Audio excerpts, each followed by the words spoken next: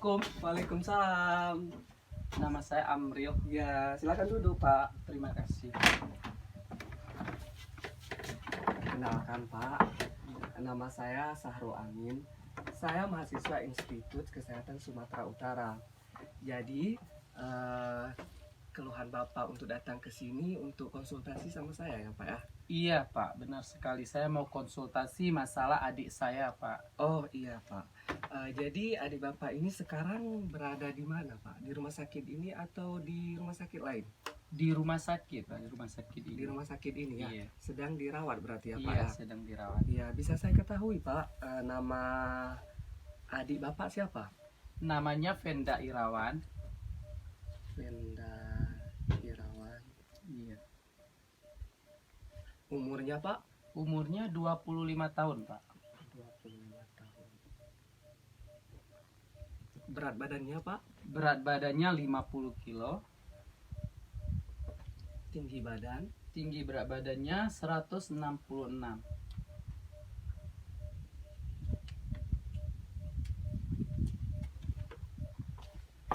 Awalnya, Pak, bisa adik Bapak bisa sakit, awalnya bagaimana keluhannya pertama, Pak? Pertama, sulit untuk menelan dia. Kalau makan itu terasa sulit sekali dia telan makanannya. Berarti dalam menelan makanan itu sulit. Iya, Terus nafsu benar makannya menjadi menurun, berkurang iya, gitu ya. nafsu makannya menjadi menurun.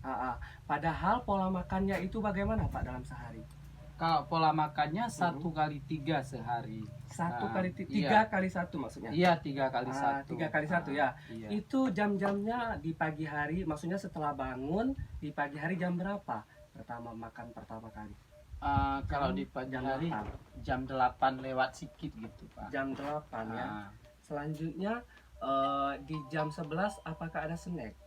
di jam 11 ada Snack ada ya. snack. Snacknya itu snacknya seperti apa? itu yang instan dibeli dari kios. Oh, yang instan ya. Kemudian kan kalau di rumah itu juga makanannya banyak penyedap seperti Ajinomoto, Royco. Itu ketika masak di rumah memang kebiasaan selalu menggunakan penyedap. Kalau saya boleh tahu, Pak, porsi makanan adik Bapak di rumah itu bagaimana? Maksudnya nasinya itu kira-kira berapa centang dalam sekali makan? Itu sedikit. Sedikit. Iya, sedikit. 1 sendok nasi atau 2 sendok? Satu atau 3 sendok. Satu Iya, sendok. 1 sendok. Karena dia memang kurang nafsu makan. Kemudian nasi, kemudian apakah ada lauknya atau ikan, lauk atau daging atau sayuran ada? Itu kadang-kadang. Kadang-kadang ya. Kalau misalnya dia makan misalnya pakai ikan terus sekali, tapi itu kebanyakan dia suka makan Indomie. Untuk kawan mie nasinya ya. dicampur.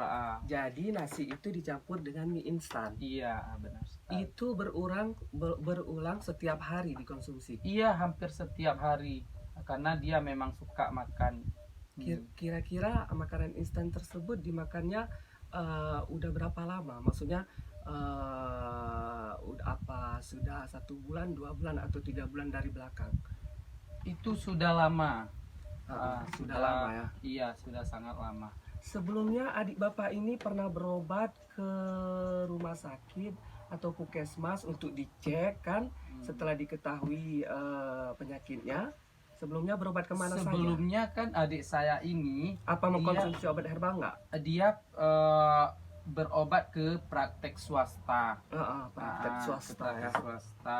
Kemudian sampai di sana kan disangka itu ginjal, penyakit ginjal. ya. Iya. Kemudian 4 bulan yang lalu muncul benjolan pada pinggangnya di sini. Oh, di pinggangnya ya. Pada pinggangnya. Terus kan? nyeri gitu.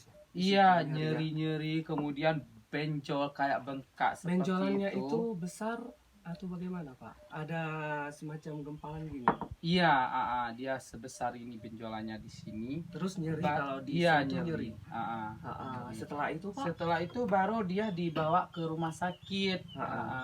Sampai di rumah sakit baru diketahui rupanya dia ada penyakit osteosarkom.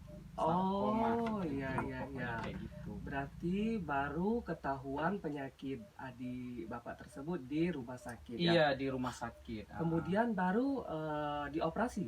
Iya, baru dioperasi. Sekarang berarti adik bapak sudah selesai dioperasi ya. Iya, sudah selesai dioperasi. Kemudian makannya sekarang itu melalui mulut atau melalui NGT? Melalui NGT.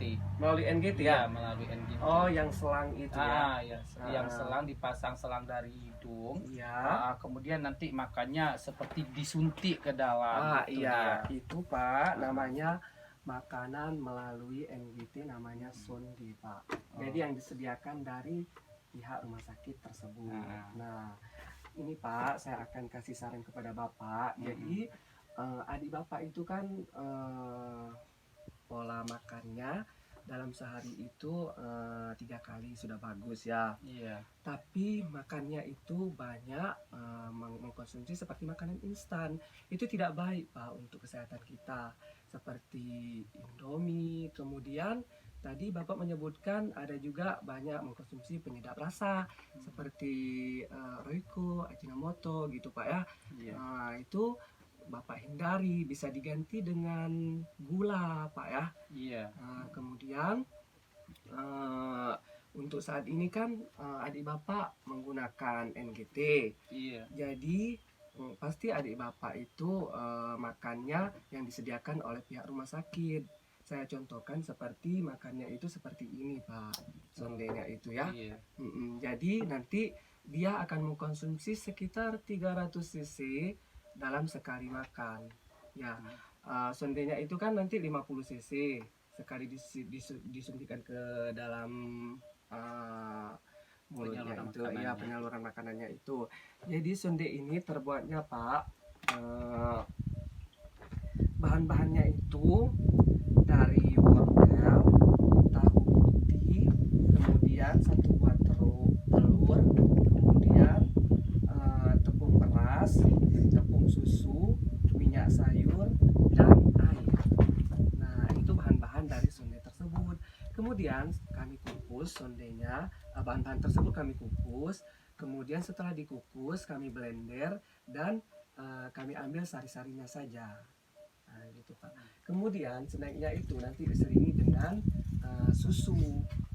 Ini susu untuk supaya pemulihan penyakit adik Bapak itu berjalan dengan cepat, gitu Pak ya. Iya. Jadi nanti kalau pihak rumah sakit menyediakan makanan itu harus dihabiskan oleh adik Bapak ya, supaya pemulihannya itu bisa berjalan dengan cepat. Oke Pak, selama di rumah sakit ini saya bisa mengetahui hasil lab dari adik Bapak. Oh ya, untuk hasil labnya ini memang ada saya bawa ke sini. Ada kan ya? Ada. Jadi ini hemoglobinnya juga rendah Pak ya. AB-nya rendah. AB-nya rendah Pak. Leukositnya juga rendah. Trombositnya tinggi Pak. Jadi kira-kira Pak, Bapak mengetahui nggak penyakit adik Bapak ini? Tidak Pak. Tidak ya. Oke baiklah, saya akan jelaskan nih Pak. Saya akan jelaskan penyakit yang diderita oleh adik Bapak. Di sini saya memberikan leaflet kepada Bapak. Bisa Bapak baca-baca di rumah nanti ya Pak. Iya. Osteosarkoma ini merupakan neoplasma tulang primer yang sangat ganas. Jadi dia ini semacam tumor Pak, yang tumbuh di sekitaran tulang kita, seperti di tulang belakang. Kan adik Bapak di tulang belakang ya? Iya, tulang seperti juga di bagian persendian tangan kita ini nanti tumbuhnya tumornya di tengah-tengah. Di tangan juga. Di situ. Namun penyebabnya ini Pak sampai sekarang kan belum juga diketahui penyebabnya. Tapi ada beberapa dugaan penyebab utama dari tumor tersebut. Nah, salah satunya yaitu dari radiasi sinar, radiasi radioaktif dosis tinggi, kemudian dari keturunan atau genetik. Nah, kemudian beberapa kondisi tulang yang ada sebelumnya yang disebabkan oleh penyakit. Kemudian pertumbuhan tulang yang terlalu cepat. Kemudian sering mengkonsumsi zat-zat toksis seperti makanan dengan zat pengawet, merokok, dan lain-lain. Nah, tadi kan dari wawancara kita, adik bapak senang mengkonsumsi makanan pengawet ya. Iya. Bisa jadi memicu kanker tersebut dari lifestyle adik bapak tersebut. Kemudian Pak, tanda dan gejalanya itu awal mulanya nyeri, kemudian bengkak, dan biasanya semakin parah pada malam hari dan meningkat. Iya, Iya, sering benar nyeri ya sekali pada ya. malam hari. Dia kadang-kadang kan mengeluh kalau misalnya di bagian yang bengkak itu nyeri sekali katanya. Dia sampai-sampai nggak bisa tidur. Iya ya Pak ya. Kemudian nyeri dada, batuk, demam, ada demam. Iya, ada. Demam juga ya. Kemudian berat badan menurun juga. Iya, menurun. Iya, menurun ya. Di sini juga kan setelah saya hitung Pak, IMT-nya itu kurang Pak, sekitar 18,44. Jadi itu termasuk ke kategori underweight ya. Tinggi badan sama berat badannya itu tidak ideal. Jadi harus diatur lagi pola makannya. Nah, pola makan ini yang bagaimana Pak? Jadi makanan yang dianjurkan itu porsinya 3 kali sehari, 3 kali makan sehari, kemudian 2 kali selingan.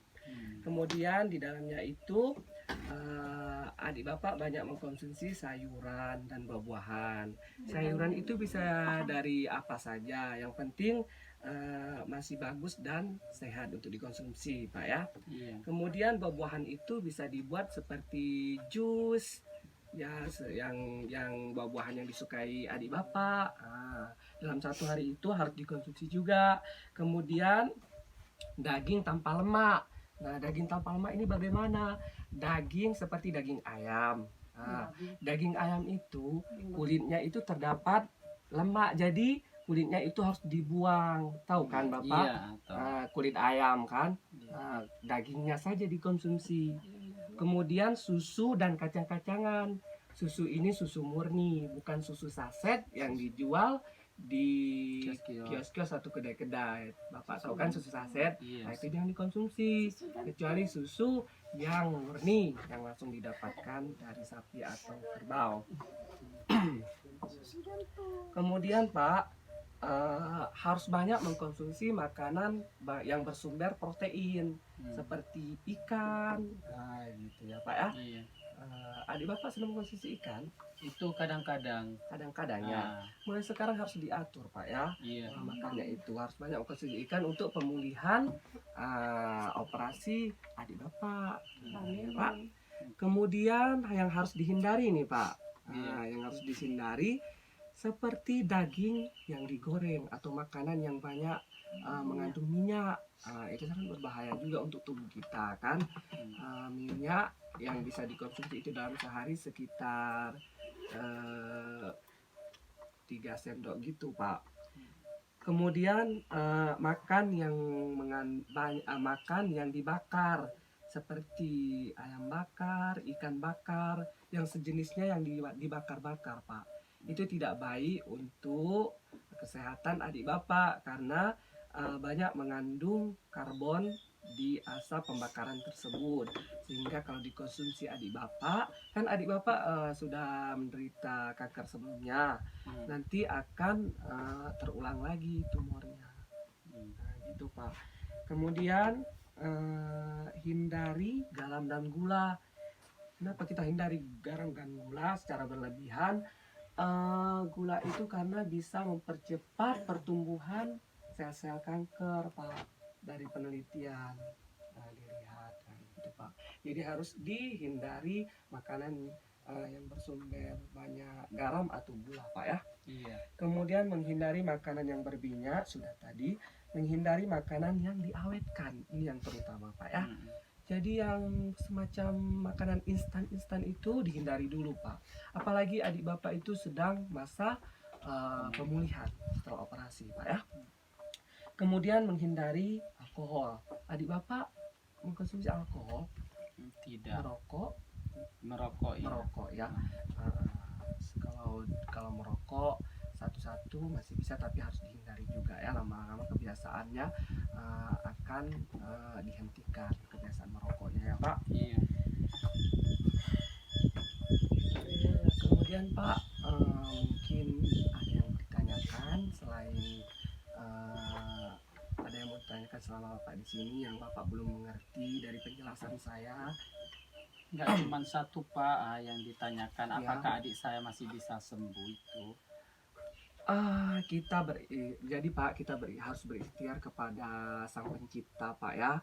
Harus berdoa dan berusaha. Kemudian adik Bapak itu harus rajin-rajin check up ke rumah sakit atau puskesmas pelayanan kesehatan kan, untuk mengetahui perkembangan penyakitnya. Untuk sembuh total mungkin insya Allah masih bisa kan, karena kankernya sudah dioperasi Pak ya. Tapi nah itu tadi dari pola makannya itu harus diatur, jangan lagi mengkonsumsi yang makanan pengawet seperti bumbu-bumbu penyedap. Nah, dari situ nanti bisa jadi tumornya itu akan berkembang kembali Pak. Nah, di situ. Jadi Pak harus diatur lagi pola makannya dan aktivitasnya sehari-hari seperti olahraga rutin setiap hari.